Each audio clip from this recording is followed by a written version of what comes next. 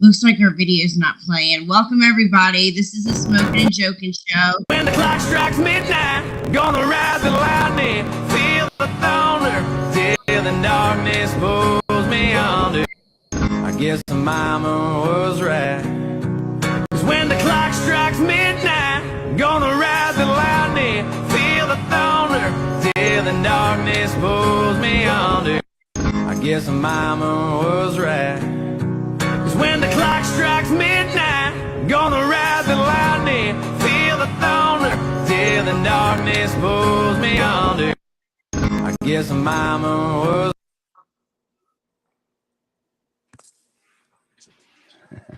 Hey, everybody. This is the Smoking and Joking Show. My name is Beth King with my amazing husband, Jimmy King, and also the original host, the original OG of Smoking and Joking. Reed has showed up for us. Welcome, Hey, thank you guys for having me, man. I really appreciate it. And you guys have been doing great with the show. Thank you. That means a Thank lot. you. Thank you.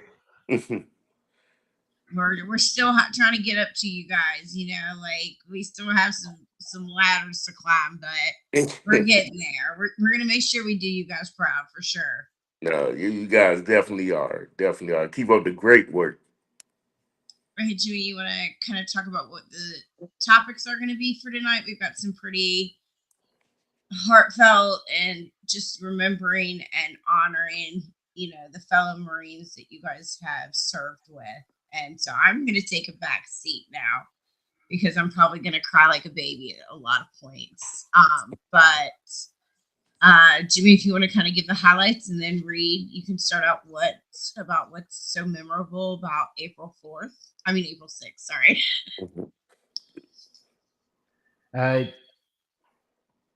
Yeah, sorry, give me 1 second here. Just trying to finish off. So, yeah, we're here obviously with like Beth said, the original OG when it comes to Smoking and Joking hosts, Demarcus Reed. Wanting to give him a quick interview and see all the stuff that he's been working on and doing, and then we was also going to talk about all the stuff that happened. Let's see, what was it? 21 years ago? Yeah. 21 years ago. Man. Long time. Illegal to drink. So yeah, we're going to talk about the stuff happening in Ramadi, Iraq, on April 6, 2004, and give remembrance to those we lost. And why is this not working for me? I've got it, Jimmy. Don't worry about it. I already posted it. Keep going. Anyway, sorry about that. Trying to multitask and it ain't working. My brain's not braining.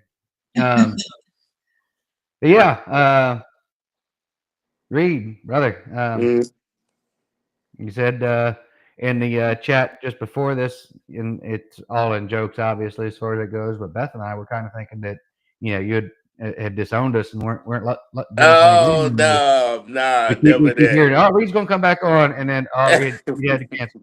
So, Schoolwork. We kept hearing schoolwork. Nah, I would never abandon y'all like that. I'm telling you, never. But yeah, how's the schoolwork going? Let everybody know what it is you're doing and Oh, all that. oh yeah. So right now, thank you guys for having me once again. So I'm just working on my PhD in human services.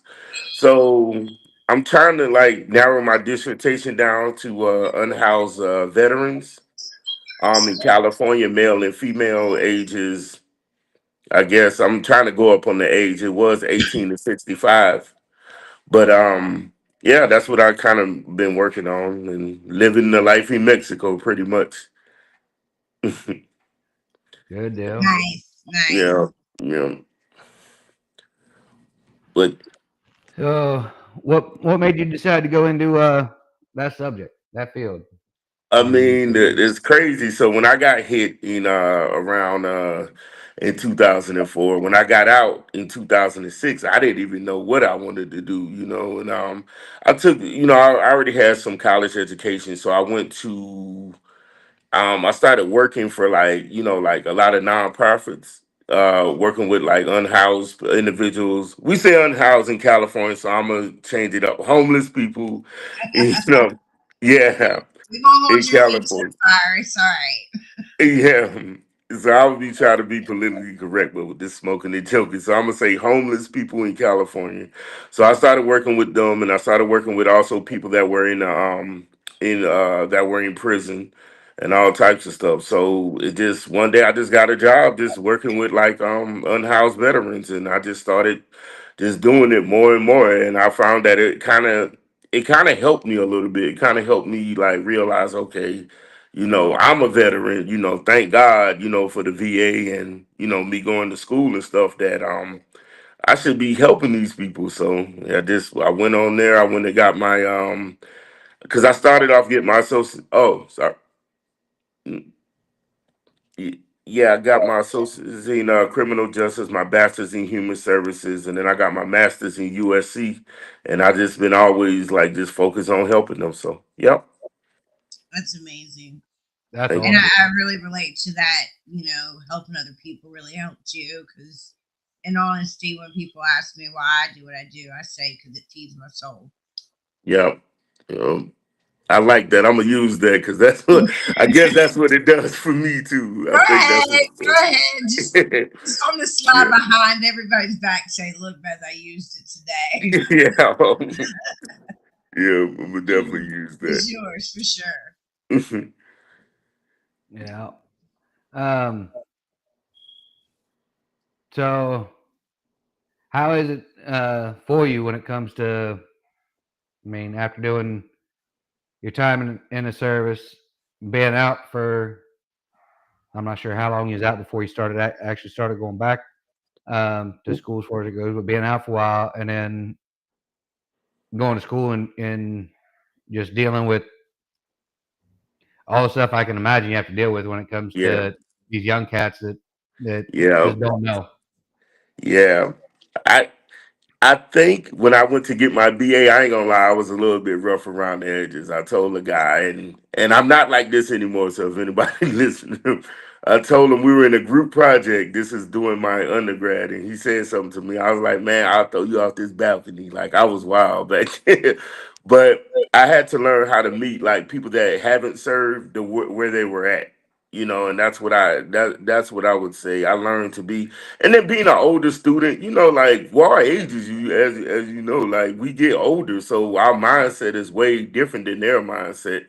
They most of these kids are just this their first year in college, so I had to get used to that. I also had to get used to just being around, people. I'm not one of those people to be like, oh, my PTSD or whatever like that. But hey, sometimes things be triggering you sometimes too, because you're around a group of people that don't know you, and it's not always violence. It's just like little triggers here and there.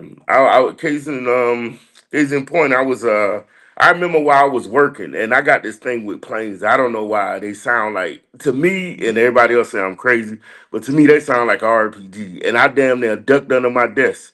So like little stuff like that was happening. I was like, oh shoot. So I had to kind of like reintegrate myself with people. So Yeah, absolutely. And you go into just talking about you going to college with, people that don't even know what 9/11 is hmm or understand yep. the significance of it or the hmm understand the significance of the beginning of the war and how much carnage there was and how many hmm men and women didn't come back or came hmm back with missing parts. Yep. Like, I can see why that's totally triggering. Yep. Yep. It was a big thing. It was an adjustment, but now that I'm older, it's like whatever, now. Yeah, no, I Yeah. get it. mm, So let's go into what is the significance of April 6th, 2004, Yeah. for the people who don't understand or don't know what happened on that date. Yeah. That was You guys in yeah. 2004. Oh yeah, that was a day that we lost most of our brothers. I'm talking about like young guys from eight. I mean, probably 18 to like early 20s. Like it's a day that we try to remember. It was carnage that day. Not to go into so much detail, but it was just hearing it. Me, I just feel like this is the day that we remember. We have to remember them. We and sad enough, we done lost some guys along the way. Rest in peace to Shavers. Doing these reunions, but I feel like these reunions give us a chance to kind of memorialize them because these were men. Like every time I get something, I think about what if about their families, the Gold Star mothers, the just about that because we lost brothers. Like we known some of these guys I known since boot camp, like SOI. So it's a day of remembrance though.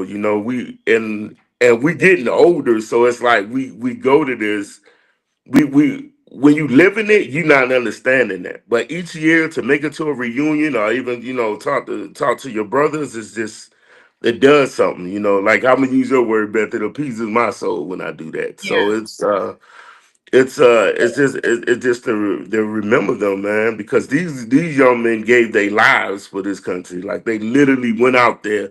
Nobody didn't know it was gonna be like this. I mean, they could prepare you for war, but they don't prepare you for the carnage and seeing your brothers. You could be talking to somebody.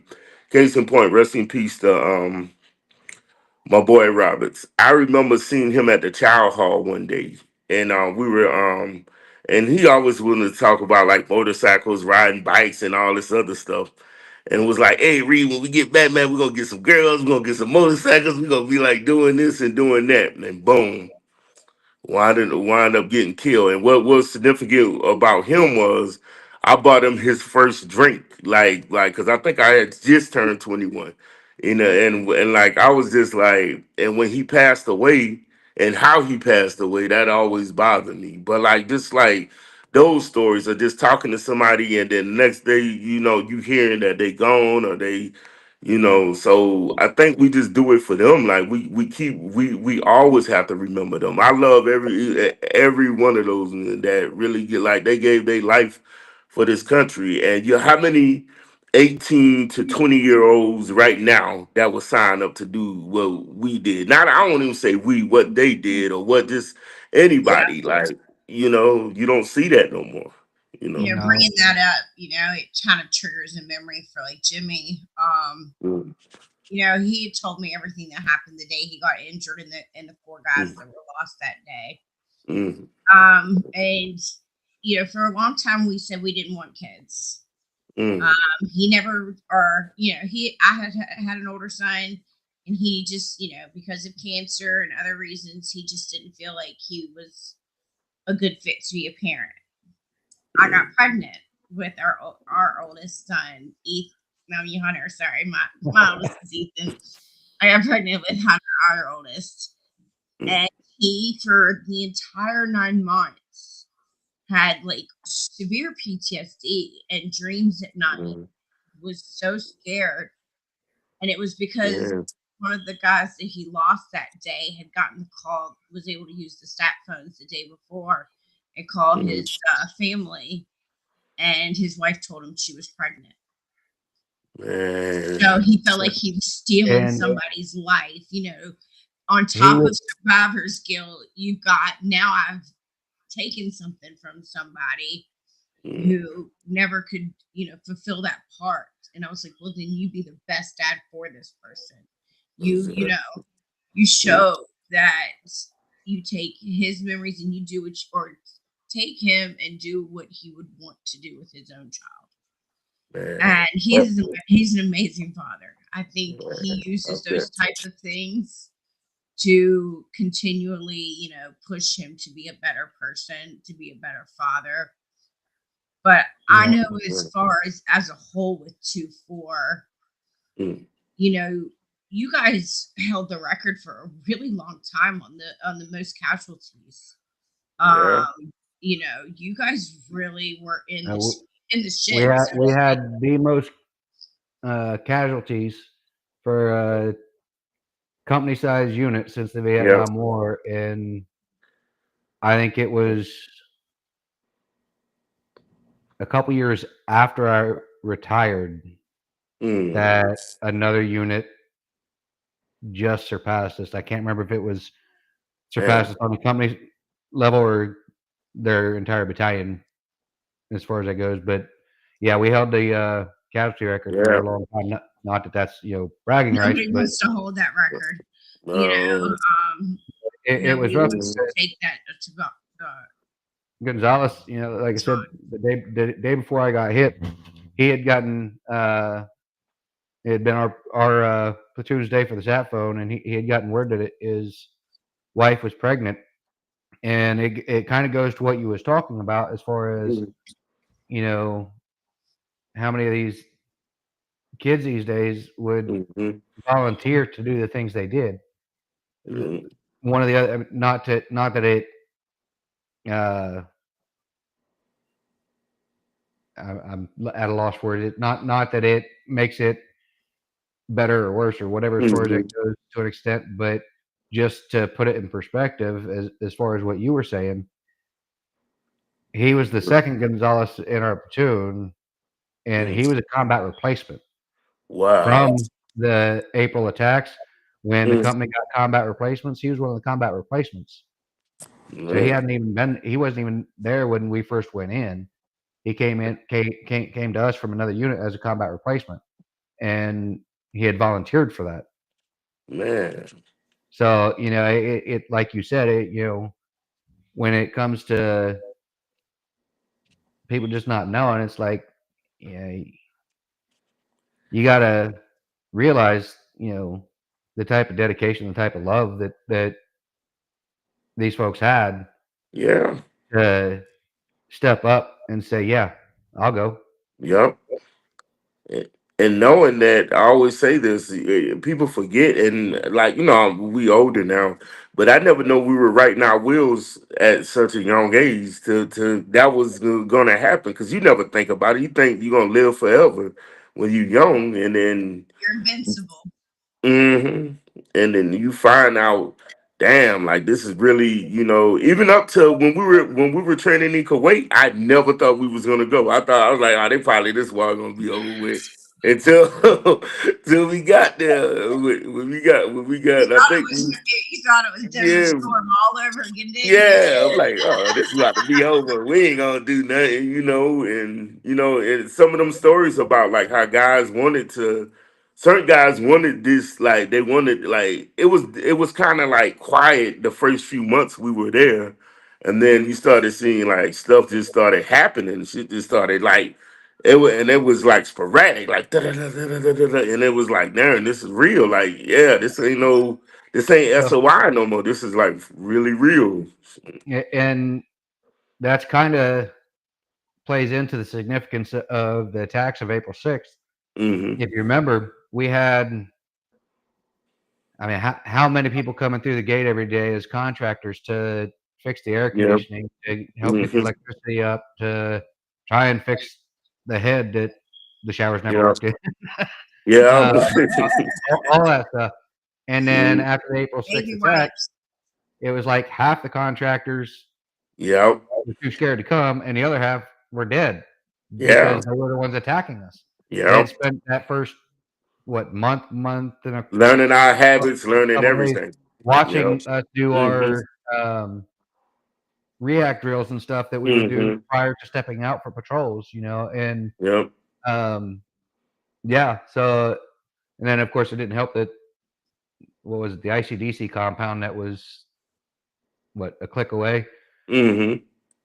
There was a number of them that were involved in the attack on us as well. But Hmm. it was crazy, and Yeah. that like you said, that they were sneaky, Yeah. coming in acting like they were helping us, and then next thing Yeah. you know, they were involved in an ambush on us. So it was rough. Yeah, I tell everybody they had home field advantage. Like it's kind of like when somebody coming into your house and you know where all the guns, you know where the weapons at, you know everything. So they've been watching us and studying us, and they picked that time when there was like a coordinated attack. Like they knew that that was gonna happen. You know, and that, All righty. Take a quick pause here for a sec. Get these commercials out the way. Got to pay the bills. got you. Yes. Who's For getting those of you paid? watching tonight, thank you for watching the Smoking and Joking Show here at the Smoke Pit. We'd like to give a shout out to those that are sponsoring the show. You've got Artias, anybody that's looking to improve their business, start their own business, sell their services to the government as a government contractor, or just all your business needs as far as it goes. Reach out to our guys over at Artias at yesrts.com for all your business needs. They're the ones helping Beth and I set up our nonprofit. They'll walk you through it step by step. They follow the keep it simple, stupid philosophy and break it down for you, Barney style, and will set you up for success. For all your health and fitness needs, get healthy, get your body right, get your mind right. Reach out to Anthony Spontier at amcjfitness at gmail.com, and he will get you right. And for all your beauty essential needs, reach out to our girl Ralphine Khan over on TikTok shops at Dare Beauty Essentials, hair and makeup, beauty tips, anything you need. She'll get you set up. And then if you want your morning laughs, so you want to spit your coffee out every morning, join us over on Crown Eater's Wife 1775 on Facebook.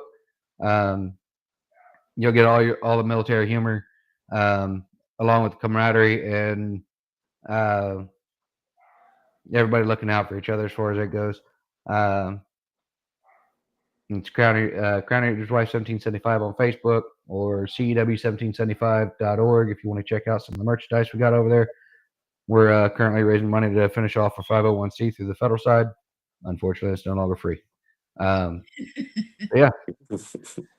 Thank you all for watching. Lance, Duff, Tisha, Patricia, we see you guys out there. We love you. Do I have any other comments? He said hi, Theo. And Duff said, I love you, Jimmy the Sumpkin King.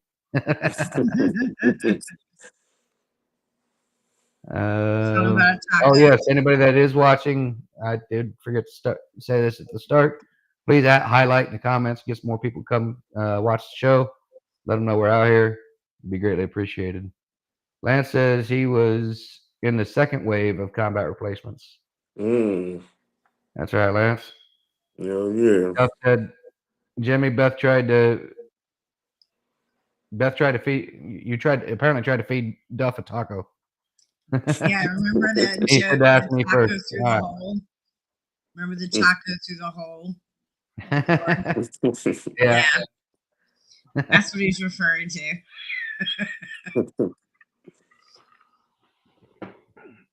All right. Another portion of the show that I wanted to get to tonight. What was it? Yesterday morning. Yeah. Woke up and found out that one of the best Marines I've ever served with in my 9.5 years in the Corps, Patrick D. Coleman. I knew him as Sergeant Coleman back in 2-1. If I remember right, he came to us from Regimental Toes when 1-9 got disbanded and Regimental Toes got disbanded. He came to 2-1. And I love that man from day one. He was a Marine through and through.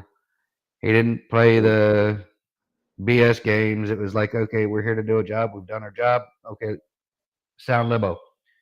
And even when it wasn't his choice whether we could or not, he had the same concept as, at that point I was a young PFC or Lance Cooley, and he completely agreed. Look, we ain't doing shit besides standing around. Set these boys off. Let them go. And he was one that probably forgot more tactical knowledge than I ever knew. Mm, He may have been a tow gunner or machine gunner, one of the others, as far as it goes. He was in the machine gun section while I was in the Dragons, but he knew. I don't think there was a infantry weapon that man couldn't deploy with 100% accuracy. yeah. I mean, it didn't matter if it was the rifle, machine gun, mortars, smalls, AT4s, you name it, toes, he could fire it. Just an outstanding Marine. And never had a, I mean, I don't know, he wasn't a big talker, so to speak, as far as that goes. He was a little bit more reserved and could be gruff as far as it goes, but it was a gruffness that was given out of love as far as that goes. He wanted you to succeed. He Mm, wanted you to be the best Marine you could, and wanted you to not only survive the Corps but to thrive in it. And he had impact on so many lives. I know I've got at least one person that would like to come on and share some stories. I'm hoping that a few others may have um, seen the post that I had put out, and if they want to join, we can get the link to you so you can come on and show some love and support for Coleman and his family, and um, share some stories.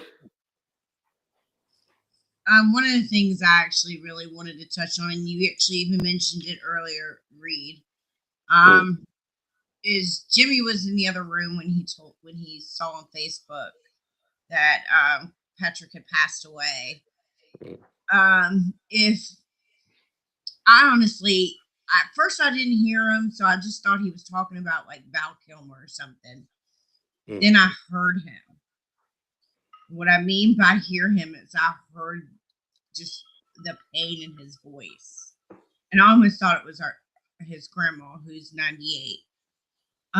But what really touched me and made me think about something that you brought up as well is not only are these, you know, meetings every year or, whenever you guys get mm, together are so important, but like when mm, you brought up Schaefer, mhm, one thing I remember every single person praised about was how he called all of y'all and like he mhm, kept a list. mm, And that was the pain Jimmy was feeling because he hadn't kept in touch as much as recently. And, mm, he felt horrible. We lived in an hour away from him, for a year and mm, didn't make that time.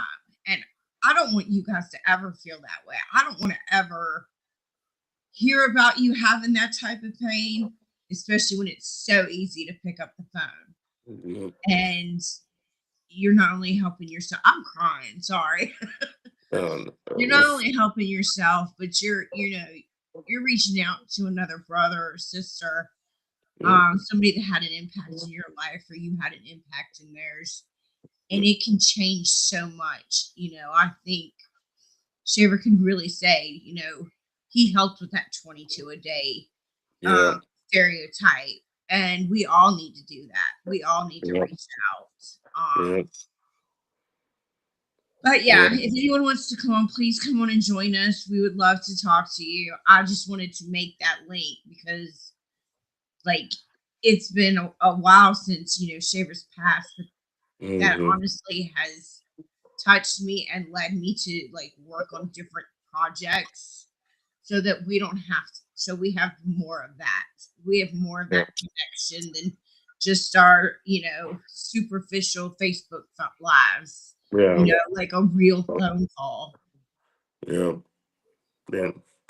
And sometimes that's all that it takes, somebody, reaching out to you, Like I said, we ain't spring chickens no more. So, we need that camaraderie again, I wish it would be more. I always equated to like the 70s and how, not saying that we should start a gang or nothing. I don't want to say that, but how people came back from Vietnam, people joined like motorcycle clubs or they did this. And I felt like with us, my personal feeling is that when everybody got out, everybody just did their own thing. Yeah. Nobody really is like, we definitely get the, one thing I can say about 2-4, we definitely all kind of find some way to stay in touch. It just is I like one of love those that. things. I love being a part of this community because Yeah, it took us y'all a while to find us and vice versa. But yeah. I can't tell you what a blessing to have you guys in here. And I'm just waiting for some real dirt on Jimmy. So anyone call me. But No, in reality, like this camaraderie has changed my husband. man, This talking to you guys, working on Crayon Eaters, has changed him for all the better. And I just wish people would understand. Yeah, it might help you, but or help somebody else, but it's gonna help you just as much. yep, And it gives you a way to really like heal. yep, yep, and that's all it takes. Like I said, yep. All And, right, so for those that are watching, if anybody did happen to know PC Coleman, uh, links in the comments. Feel free to click on it. I'm being told it's the QR link. Oh, there it is. Yep, up on screen. Yeah, You can to scan the your QR left. link there and join in. We'd love to hear from you.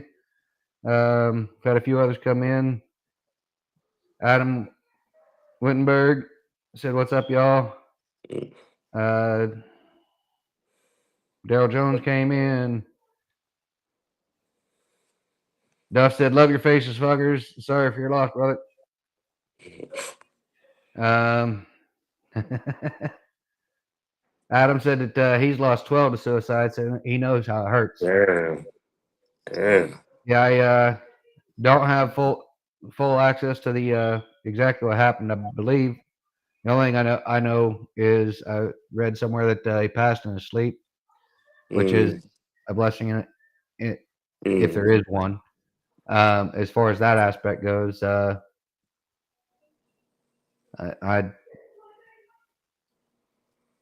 mm, would be 100% shocked if it was anything intentional. As far as it goes, I don't believe it's anything intentional.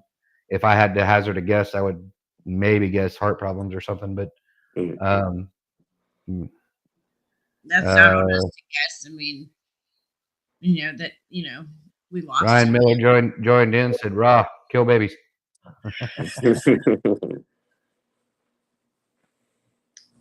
Um, Theo said, "Let's start a mafia."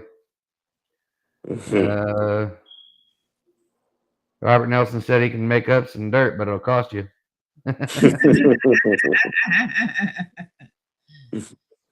I should be able to pay you in laughs, Robert, for real at this point. Ryan said he liked my fun that I smuggled into Ramadi.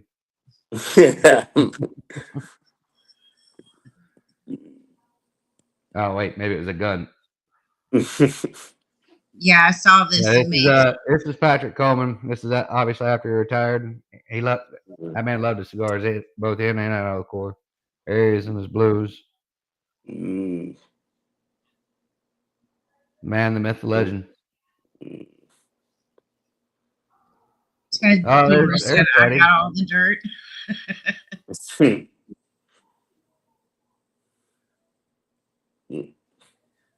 Actually, Bomber, you coming in?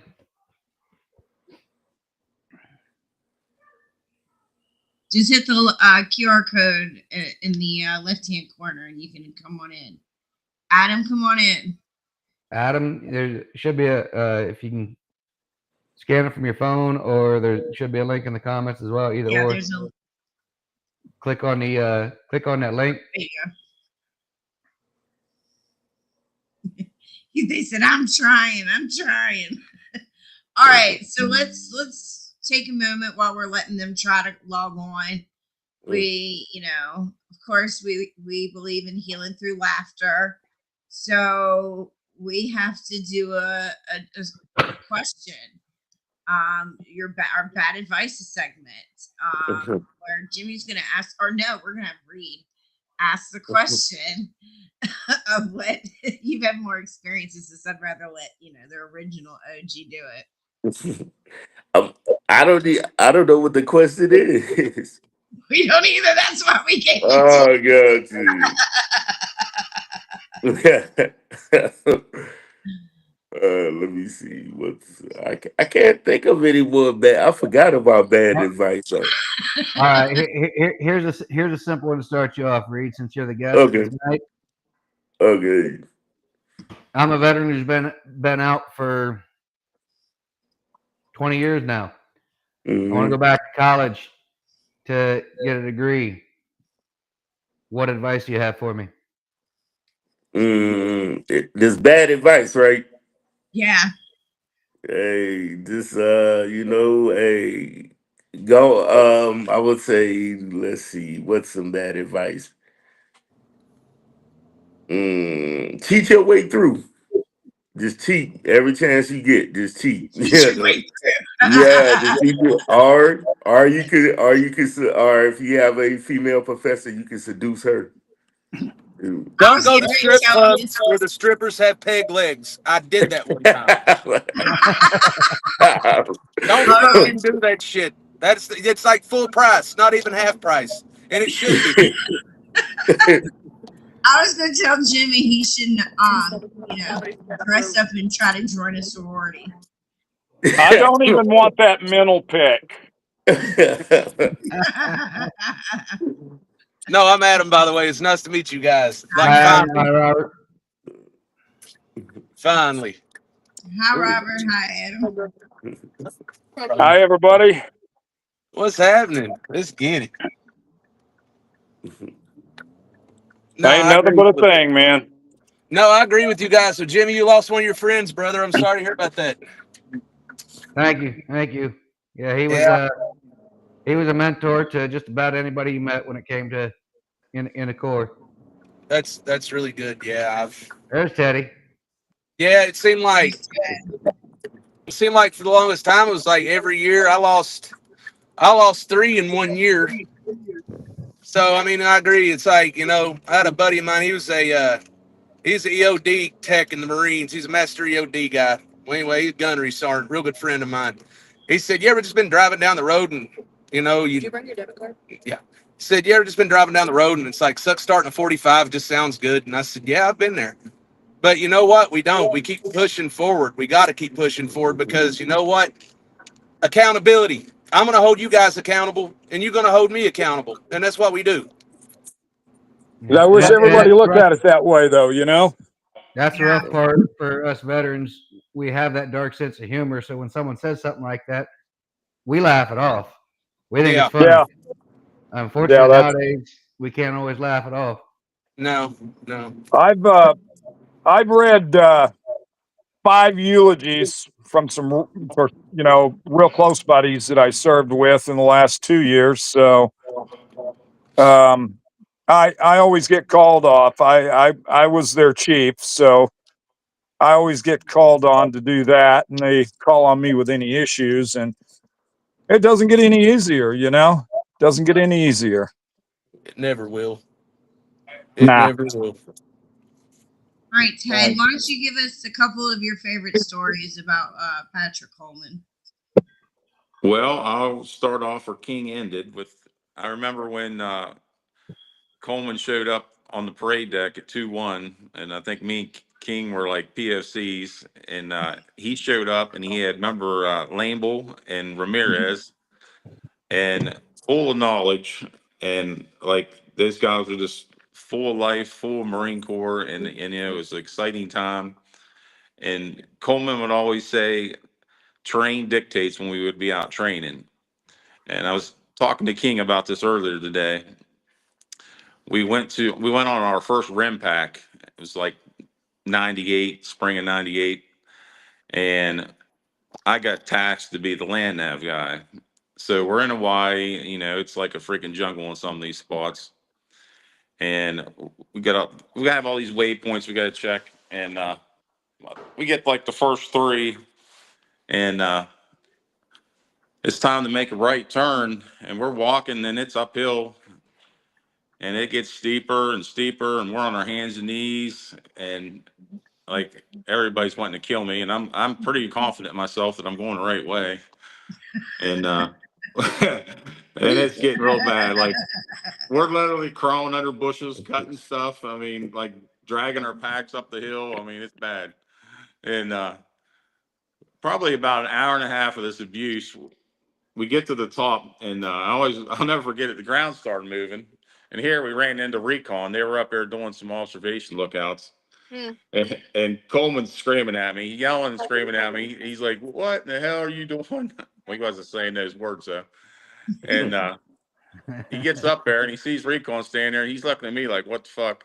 And I was like, "Right there's the checkpoint." He was like 20 feet away from us, and it was funny though. And I looked at him, and I didn't really mean to say it that way. I was like, "Train dictate, Sergeant," and you could just see the look in his face, like he wanted to fuck me up, but he didn't. Like it was his own words, and but later on, he pulled me aside. He's like, you did a good job, and you were confident, and that's what it's all about. But at the time, it wasn't a very good time when we was experiencing it. But You can just laugh about it now, right? yeah, we can laugh about it now. And then Jimmy could probably attest to this. When he come back, he went to CCI combat, close combat instruction, and like we got thrashed like all the time when he got back because he focused on that for like weeks. It seemed like just training, and Oh, it was probably closer to months as far as it goes. I yeah, mean, maybe it was months, but I remember one I think time. the course was a month long. And then when he came back, that first 2 months, if it was up to him when it came to PT, and sometimes even after PT, it was all right. Let's go to the mats. Yeah, and then one time I got to be the example, and he's beating the shit out of me, and he had me down the ground, and I don't know to this day, I don't know if he meant it, but he kicked me in the ball so hard I thought I was going to die, and I really thought I was never going to have kids. But I could go on and on with stories. But Saturday when I was actually out of town, we was in a hotel, and sometimes it's not good when you open Facebook up because you don't know if it's going to be good or bad. And unfortunately, uh, Saturday morning it was a little rough on me, and I was trying to tell my wife, and even though I've talked to him off and on Facebook here, over the last 20 years, but you it just sets you back. Like he was a real influence in my life, and and a lot of the stories I tell my kids and tell people I work with, and he was just a great person. He was like a true Marine day in day out, and he wasn't about like dog and pony shows. He was all about business, and I just it's lost a good person. Yeah, Yeah, we did. we found out Saturday morning, and it wasn't good for him as well. I mean, I I'm thinking couldn't. that I think that's It had me. It literally had me in tears. Yeah, I was in yeah. tears too, I couldn't talk. and He I kept trying to watched. say, "Are you all right?" I'm like, Yeah. And I seen a video. It was at his birthday. It was on Facebook. It was posted. I saw And that too. yeah, he said you always at this point in your life you got less days ahead of you than behind you, and that really you see that video, and then the Saturday he dies, and like it really sets in. Like wow. And I actually, think like with I'll see if we Jimmy, can get that video up. I sent that to our man behind the scenes. yeah, That was a good little speech. Yeah. Uh, looking at the comments real quick, we got another one of our 2-1 brothers, Teddy, said, Theo! Jeremy Chris is Jeremy. in the audience. So, Jeremy, if you want to come in, man, let us know. LinkedIn. It's a little bit tricky, but you can get in. My wife had to figure out my shit. But I was like, oh wait a I minute. have to be hard to get. I Come can't on, be easy. it wasn't tricky at all. It took me 20 seconds. Well, I I could was in bet the that you 101st worked there to Airborne. work Give me a work. Hey, break. hey, listen, that's okay. I was fifth group, so Hell yeah. There we go. There we go. Hell yes. yeah, I was right Hell there at yeah. Campbell with you, man. Wait a But minute, dude. Do you know? Okay, real quick. Do you know a guy who was a master sergeant? He was a sniper, Bull Palmieri. Where's he at? Jeremy's necking it. Jeremy said he's negative at the moment, so he can't come on. You only have to come from neck up. You can still do it. Just don't zoom down. Do what? Oh, Jeremy's naked right now, so he can't come on. Oh, No, I've been no, seriously don't trying come to. on, Jeremy. Don't come on. Bull was I cool. He can't. told me Yeah. that. No, I. You you can come on, Jeremy. We can compare stumps. I like him. We get. Not that Jeremy's an amputee, but Are we gonna have a stumping contest? Oh, they're nice. he's not actually an amputee. But I just thought it'd be funny. So Okay. Call them all Stumpy, right? But I really do hear what you're saying, Ted, about we kind of keep in touch through Facebook. I But think like I was saying earlier, they had lost a guy several months ago at this point. Shaver, and he used to have. And one thing I kept hearing about him, I didn't know him, but the one thing I kept hearing about is this list of people he used to call and how important those phone calls were. bullet, little airborne. And it was 150 people, and he would just keep going through it. And that's what he did. He just kept in touch, and I think it's so important for you guys. I remember on his memorial show, Reed was saying that he'd gotten calls sometimes in the middle of the day, and other times he'd get a call like 3 a.m. He's like, "Oh shit, what now?" Yeah. But at the same time, you can't help but love the fact that regardless of time, he's gonna call and check on you. Hell yeah. And how old was he? Shavers had to be. I think he I'm- was in his I'll be 40s. 46 in a couple of days, so Shaver had to have been 40, 41. Yeah. Yeah. Yeah, I would say in his 40s. Yeah. Wow. Yeah. What 42. happened? There he What is. happened to him? 42. He was Motorcycle 42 years old. accident. Oh, wow. Yeah, that'll get you, man. It's sad. It's too bad. I lost a guy that I served with for several years. We served together about 20 years. 2 years ago, I came back stateside. His kids, they've always called me Uncle Rob, and we were riding together, and we actually went to see some of our other buddies in Fort Worth, and I was just behind him on my bike, and he hit an intersection. It was green, and I was coming into the intersection, and a woman ran a red light and hit him and killed him. Oh man. Yeah, I remember I worked on him for about 10 minutes before I realized the back of his head was gone, Ouch.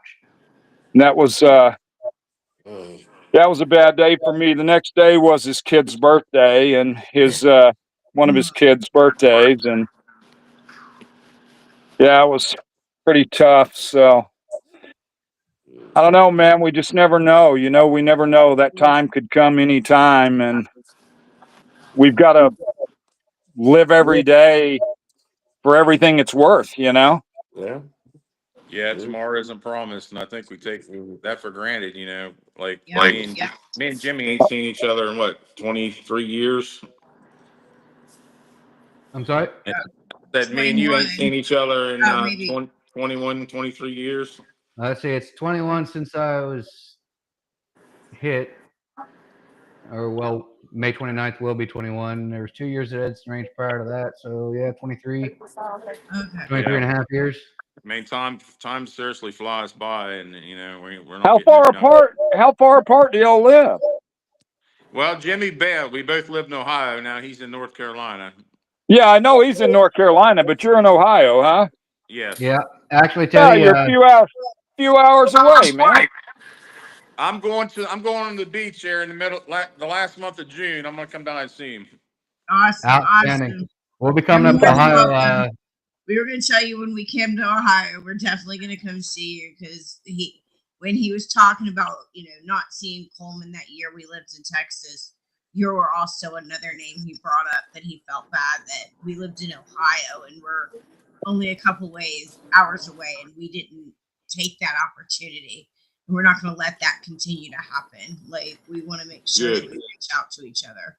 Right. Yeah. You know, I find that my military brothers are probably my best support, you know. And I mean, we've all been there, you know. All of us have. You guys as well. I mean, you guys get it just, you know, just the same. So it's just, you know, I don't know, this I've been in some pretty bad ways a few times, and I think my biggest kind of my saving grace was when I moved to the islands. You know, got me out of the mainstream of humans, you know. And no, that's the way I look at it, seriously. I mean, there's population down here is 3,000 people, that's it. But sometimes though, I've got to make trips to the States just so I can pull myself back together a little bit, you know. Yeah. Yeah, I completely understand that. Yeah, I don't really get out of the house much either. I go to the VFW, hang out with my family, you know, but like my military brothers and sisters are more my family than my blood family. I mean, like, it's like they really don't understand. I mean, like, my dad was in Vietnam 3 tours. He was Brown Water Navy. So, I mean, like, he gets it. But, like, my mom, we're not close. My sister, we're not close. Pretty much the only one in the family that I'm close to is my dad. But, like, I would bleed and die for every one of you guys. You know, it's just a trust thing. That's- You know, just nobody seems to get the honor that we get. All right, I'm gonna take a quick pause here. Our producer in the background was finally able to get the clip, so we're gonna play a little clip of Patrick Coleman. It was at one of his birthday celebrations, and he gave a little speech, and it really kind of hit home. So Yeah, that's the one I was referring to. yeah, hold on one sec, we'll get that rolling.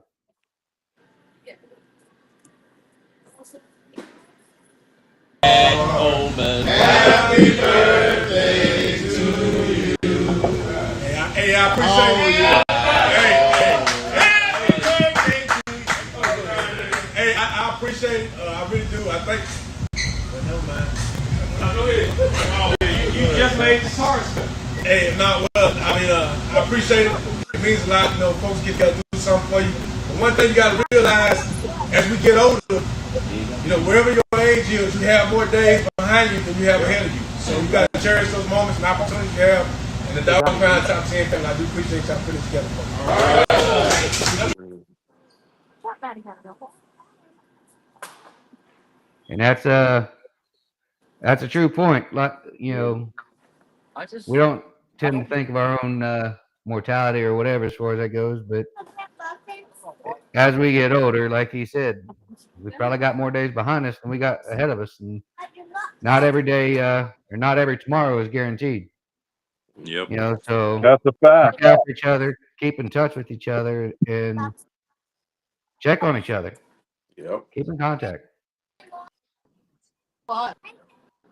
I fortunately still get to see a lot of those guys that I served with because we still do private contracts now. So Now going back, Teddy.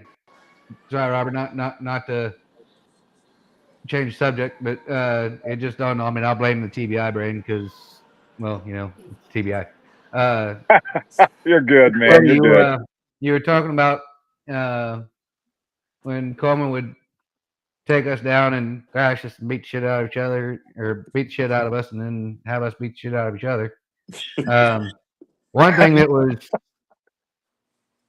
always got me aggravated as hell when it came to getting in a bull in the ring with Coleman was he knew his shit, and he would just kind of sit there and be like, "Okay, what are you going to do now?" I mean, he might not say it, but he just had that look on his face, like, "Okay, oh, you're going to do that? Okay." And everything you start to do, it was just a slow, and next thing you know, you couldn't complete the move. Yeah, it You was couldn't like get he him. would. It was like he would learn one. He would learn one thing. Like he learned it one time, and he was like a master of it. Yeah. And he I teaches. remember getting in the bowling ring with him, and I mean, yes, he did have size on me because I was never big. But even when I was, working out all the time and Off. in I'm shape. at the groceries. Holla at you. Okay. All right, then. Thanks Thank for you. Thanks for coming, stopping in. Adam. Bye.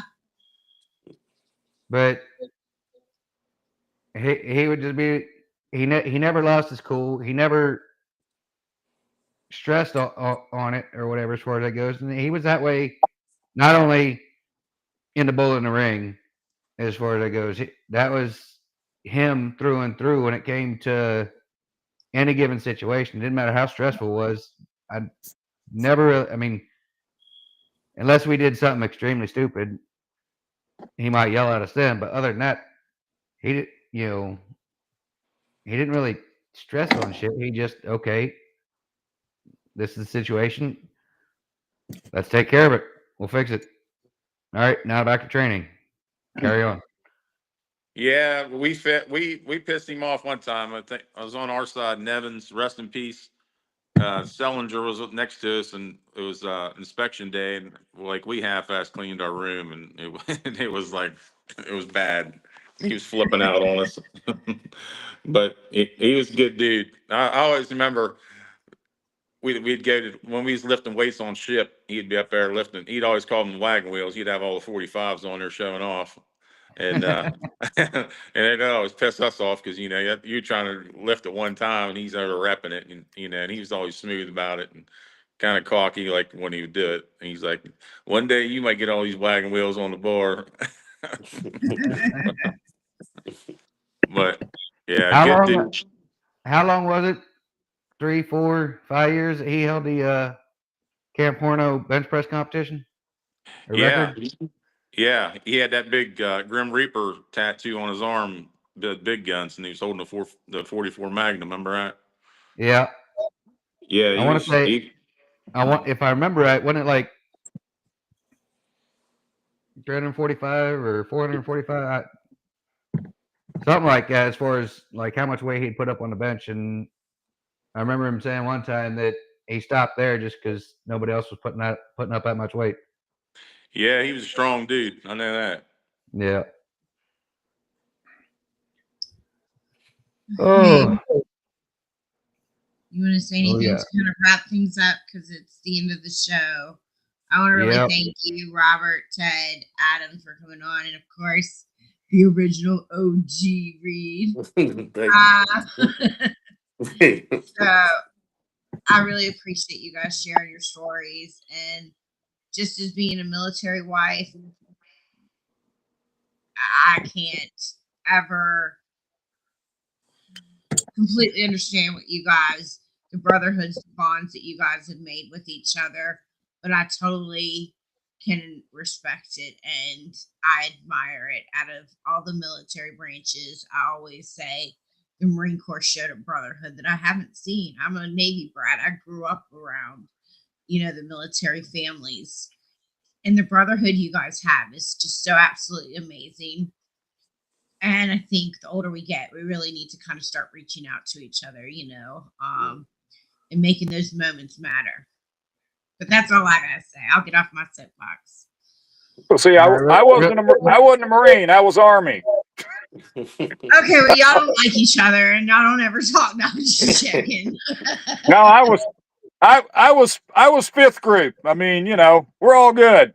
Yes, I absolutely. wasn't, All right. but I want to take a quick pause here, real quick, right before we log off. You guys can feel free to stay on. We can chat for a second after the show's over. But real quick, for all your business needs, if you want to improve your business, if you want to start your own business, if you want to sell your products to the government, start your own nonprofit, whatever the case may be, reach out to Artias at yesrts.com. For all your beauty essentials, reach out to Ralphie Khan over on TikTok Shops. Their beauty essentials, she'll get you set up straight. For all your health and fitness needs, reach out to Anthony Chapontier at acmjfitness@gmail.com. He'll get you hooked up right, get you healthy, and get you looking right. For all your morning laughs or daily laughs, and if you're missing that camaraderie that you had while you was in the service, for all first responders, military, veterans, and caretakers, or if you just support all of the above, come join us over on Crown Eater's Wife 1775 on Facebook. We're guaranteed to make you laugh at least once a day. And if you want to check us out, we've got some cool merch over on CEW1775.org. We got t-shirts, sweatshirts, zip-up hoodies, flask, hats, ball caps, you name it. And from the Smoke Pit, this is the Smoking and Joking Show. We thank you all for coming out. We love you guys. And Love we you will guys. see you on Thank you for Thursday. showing up. Thank you. All right.